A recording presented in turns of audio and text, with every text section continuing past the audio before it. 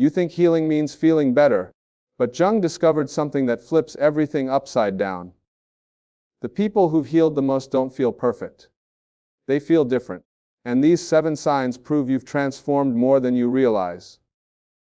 Today, I'm showing you the psychological shifts that happen when you've actually integrated your shadow, not just buried it deeper. Most people think healing looks like constant happiness, perfect boundaries, and never getting triggered again. That's not healing. That's fantasy. Jung spent decades observing patients who genuinely healed from psychological trauma. And what he discovered was disturbing. Real healing doesn't make you softer. It makes you selectively harder. It doesn't eliminate your darkness. It teaches you to wield it consciously. The difference between someone who's healed and someone who's just suppressing. The healed person has integrated their shadow. They've stopped projecting their darkness onto others and started owning every part of themselves. This process creates 7 unmistakable psychological shifts that most people never recognize in themselves. But once you see them, you'll realize how far you've actually come. The most dangerous psychological state Jung identified was shadow projection with absolute conviction. When someone sees their own denied qualities in everyone around them and believes with complete certainty that these qualities exist only in others, they become psychologically toxic. They destroy relationships while maintaining total innocence because their brain has literally rewritten reality to support their distorted perceptions. But here's what happens when you've healed. You stop seeing enemies everywhere. You stop being absolutely certain about other people's hidden motivations. When someone triggers you, your first thought isn't about what's wrong with them. It's about what unintegrated part of yourself they're reflecting back. This doesn't mean you become naive or stop recognizing genuine manipulation. It means you've developed the psychological maturity to distinguish between actual external threats and projected internal content. You can observe someone's behavior without needing to make them the villain in your personal mythology. Jung called this conscious discrimination, the ability to see clearly what belongs to you and what belongs to others. When you've achieved this, you've passed the first and most important test of genuine healing. You're no longer unconsciously dangerous to the people around you. The unhealed empath operates as an emotional shock absorber for everyone in their environment. They feel everything from everyone and believe this constant absorption is their gift. But Jung identified this pattern as psychological vampirism in reverse. The empath doesn't drain others. They allow others to drain them until there's nothing left. When you've healed, something radical happens. You become what Jung called selectively empathetic. You still possess the ability to feel deeply and perceive others' emotional states with startling accuracy. But now you choose where that empathy flows. You've learned that your sensitivity isn't a curse requiring you to sacrifice yourself. It's a gift requiring protection and strategic deployment. This shift terrifies people who were used to unlimited access to your emotional energy. Suddenly, you're unavailable for their drama. You're not absorbing their anxiety. You're not fixing their problems while ignoring your own. And they can't understand what changed. What changed is that you integrated the shadow aspect of empathy. The part that knows how to say no. The part that recognizes emotional manipulation before it takes root. The part that understands your well-being matters as much as anyone else's. You didn't lose your empathy. You gained boundaries around it. Jung documented a devastating pattern in highly perceptive individuals. They possessed what he called differentiated intuition, the ability to see psychological patterns and unconscious contents that others completely missed. But this gift created a problem. It separated them from normal human connection because they saw too much, felt too much, perceived too much. When you're unhealed and highly perceptive, your greatest strength becomes your greatest burden. You can read people with surgical precision, but this ability makes you feel like an alien among humans.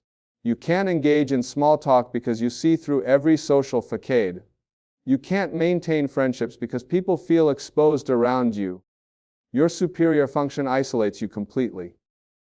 But when you've healed, you've learned to integrate this ability without letting it your entire personality.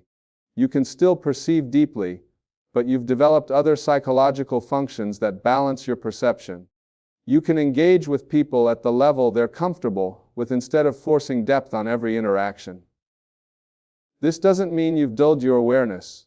It means you've learned to hold your perceptions lightly. You see what you see, but you're no longer compelled to speak every truth or analyze every interaction. You've become comfortable existing in multiple registers, shifting between deep perception and simple presence, depending on what the moment requires. The unhealed person falls prey to what Jung identified as reality distortion fields. Someone projects their shadow onto you with absolute conviction, and despite your internal experience contradicting their perception, you start questioning your own reality. They tell you you're angry when you're calm. They insist you're manipulative when you're being direct, and their certainty makes you doubt what you know to be true. This vulnerability to gaslighting reveals an unintegrated psyche. You haven't fully claimed your right to trust your own perceptions. You're still looking for external validation of your internal experience. You need others to confirm your reality because you haven't yet developed unshakable trust in your own consciousness. When you've healed, this dynamic becomes impossible. Someone can project their distorted perceptions onto you all day, and it slides off like water off stone. You know what you felt. You know what you intended. You know your own internal landscape with such clarity that no amount of external insistence can make you doubt it. Jung observed that people who reached this stage of integration became psychologically untouchable. Not because they were arrogant or closed off, because they had developed such strong conscious discrimination that they could instantly recognize when someone was describing their projections rather than your reality. And instead of defending, arguing, or doubting themselves, they simply noted the projection and moved on. If you're recognizing yourself in these signs, you're further along the healing path than you realized. But the next 3 signs reveal something even more profound. They show that you've not only healed from past wounds, you've transformed those wounds into wisdom that makes you psychologically invincible. Jung identified a devastating compulsion in unhealed individuals. They unconsciously recreated the same painful patterns throughout their lives while genuinely believing themselves to be victims of cruel fate. Different people, different circumstances, but somehow always the same painful outcome. And they never recognize their role in orchestrating the repetition. This compulsion to repeat serves an unconscious purpose. It allows the psyche to continually return to unresolved trauma, hoping this time the outcome will be different. But without conscious integration, the outcome never changes. The person becomes what Jung called the eternal victim, forever trapped in patterns they can't see and therefore can't escape. When you've healed, this compulsion stops. Not because life stops challenging you, because you've integrated the original wound enough to stop unconsciously seeking its recreation. You recognize when you're about to enter a familiar dynamic, and instead of sleepwalking into it, you consciously choose differently. This doesn't mean you never experience similar situations. It means you no longer unconsciously orchestrate them. You've stopped sending out the psychological signals that attracted people who help you replay your trauma. You've ended the cycle not by becoming perfect, but by becoming conscious. The unhealed psyche craves certainty. It needs absolute answers, clear categories, obvious villains, and heroes. This need for certainty reveals what Jung called archetypal possession. When someone becomes possessed by an archetype like the righteous warrior or the divine parent, all ambiguity disappears. Everything becomes black and white. You're either with them or against them. There's no room for complexity or contradiction. This state feels powerful because certainty eliminates anxiety. When you know with absolute conviction who the enemy is and what must be done, there's no psychological tension to tolerate. But this certainty comes at a terrible cost. It eliminates your ability to see reality as it actually is, complex and contradictory and constantly shifting. When you've healed, you've developed what Jung called the capacity for holding tension. You can simultaneously hold contradictory truths without needing to resolve them immediately. You can see someone as both wounded and harmful. You can acknowledge your own capacity for both compassion and cruelty. You're no longer terrified of psychological complexity. This tolerance for ambiguity marks profound healing because it requires a strong integrated ego. Only someone who's done serious shadow work can admit that nothing is as simple as it seems, including themselves. This doesn't make you weak or wishy-washy. It makes you psychologically mature enough to engage with reality instead of simplistic fantasies about it. The unhealed person with a perfect persona lives in constant fear. They've invested all their energy in maintaining a flawless external image, while denying every shadow aspect of their personality. They're always appropriate, always kind, always accommodating until suddenly they're not. Jung documented how these individuals experience violent shadow eruptions when the pressure of maintaining perfection becomes unbearable. Before healing, boundaries are either non-existent or explosive. You either have no boundaries at all, absorbing everyone's dysfunction until you break, or you set boundaries through emotional detonation, creating massive drama and conflict. Neither approach comes from an integrated psyche. When you've healed, boundaries become natural expressions of self-knowledge. You don't need to explode to protect yourself, because you've learned to establish limits before resentment builds. You don't need to justify or over-explain your boundaries, because you trust your right to have them. You simply state what works for you and what doesn't, and you enforce it without guilt or aggression.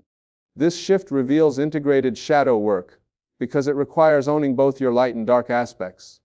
You've acknowledged your capacity for selfishness, so you're not terrified of being perceived as selfish when you prioritize yourself. You've integrated your anger, so you can set firm boundaries without rage. You've accepted your limitations so you don't feel compelled to be everything to everyone. Here's what Jung understood that terrifies most psychologists. When someone has genuinely healed and integrated their shadow, they don't become gentler versions of their wounded selves. They become psychologically complete warriors, people capable of incredible compassion toward those who deserve it, and absolute precision toward those who don't. The healed person possesses all the same perceptive abilities, emotional depth, and psychological insight they had when wounded. But now these abilities serve conscious choice instead of unconscious reaction. They can see manipulation coming and neutralize it before it lands. They can feel others' pain without absorbing it. They can perceive darkness in others without needing to fix it, fight it, or become it. This is the transformation Jung believed was possible for everyone, but achieved by very few. Moving from unconscious wounding to conscious wholeness, from being controlled by your unintegrated shadow, to wielding your complete psychological range with wisdom and strategic awareness. The goal of healing isn't to eliminate your shadow. It's to integrate it so completely that you can access every part of yourself consciously, instead of being controlled by the parts you deny. You don't become less sensitive. You become consciously sensitive. You don't lose your ability to perceive deeply. You gain the wisdom to know when deep perception serves you, and when it doesn't. Jung spent his life mapping this territory because he understood something most people miss. Healing isn't about feeling better. It's about becoming whole, and wholeness includes everything you've been taught to reject about yourself. Your anger, your selfishness, your capacity for cruelty. Your shadow contains these qualities, whether you acknowledge them or not. The question is whether you'll integrate them consciously, or let them control you unconsciously. These 7 signs reveal that you've chosen conscious integration. You've done the work most people avoid their entire lives. You've looked at your shadow, acknowledged it, and learned to wield it alongside your light. And that makes you one of the rarest psychological types Jung ever studied. Someone who's healed enough to be dangerous to dysfunction, but safe for authentic connection. You've healed more than you realize. Every time you catch yourself before projecting. Every time you choose boundaries without drama. Every time you tolerate ambiguity instead of demanding certainty, you're demonstrating psychological integration that most people never achieve. If you recognized yourself in these 7 signs, share in the comments which sign resonated most powerfully. Your healing journey matters, and other people walking the same path need to know they're not alone. Subscribe for more insights into Jung's psychology that reveal how transformation actually works, not how we wish it worked. And if you're ready to understand the darker side of this transformation, watch my next video where I reveal what Jung discovered about empaths who finally learn to use their gifts strategically. Because the awakened empath isn't just healed, they're psychologically unstoppable. In the Alchemist Path Perception Training for Empaths, you'll turn overwhelm into wisdom with practical drills, Jung-inspired boundaries, and step-by-step perception training.